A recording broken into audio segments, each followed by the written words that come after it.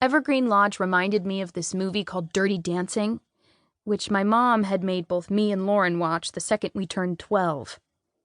It had been Mom's favorite movie as a kid. And sometimes I wondered if that movie was the entire reason my mother had fallen in love with my dad.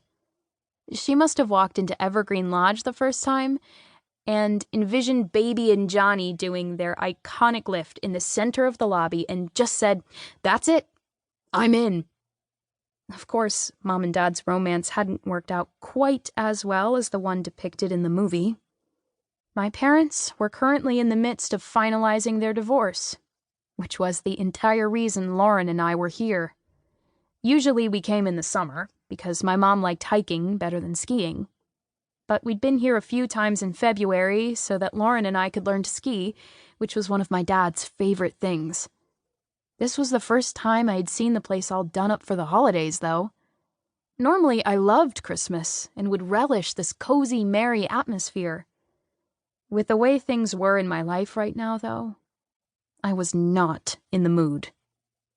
Christmas was over, and I sort of wished the staff had already demarried the place. A family of 4 walked through the doors behind us, toting their skis and snowboards, the parents laughing and holding hands with ruddy faces and windswept hair. My heart panged. How could people be walking around all happy and carefree when everything was falling apart? "Let's get you 2 settled," Loretta said, clasping her hands. She pivoted on her heel and led us across the lobby. "I've reserved one of the bigger rooms on the 3rd floor for you. It has fantastic views of the mountains and the lake. Not that I expect you'll be spending much time in your room, what with everything going on around the resort." "Wait. Our room?" Lauren said. "As in one room?" "Yes.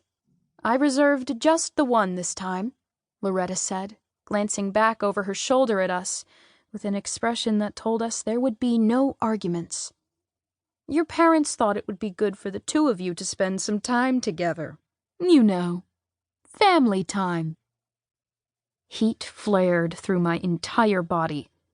How hypocritical could our parents be?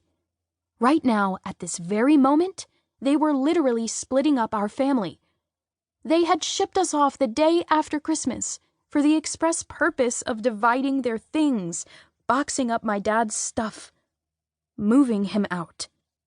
Because of them, there would never be family time again. So why did Lauren and I have to suffer? "You've got to be kidding me," Lauren scoffed. "Do you have any idea how hypocritical that is?" "Lauren," I scolded under my breath, though I was more annoyed that my sister had the guts to say what I didn't. "What? You know it's true," Lauren said as we stepped into the elevator. There was a giant wreath hung on the back wall, full of glittering berries and fake cardinals. An instrumental version of It's Beginning to Look a Lot Like Christmas played through the overhead speakers. Loretta hit the button for the 3rd floor and sniffed.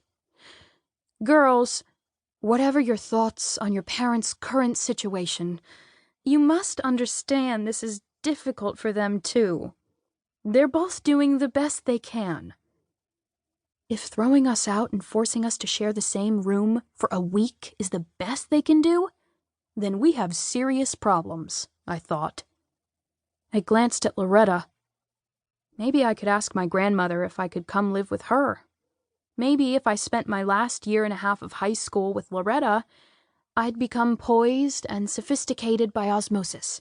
And one day, I could take over Evergreen Lodge and run the ice skating competitions each January, and the S'mores and Scares campfire nights at Halloween, and the movies under the stars on summer weekends. Loretta looked back at me. "We should get you an appointment at the salon while you're here, Tess. I don't know what's going on with that hair." Lauren laughed. Or maybe not.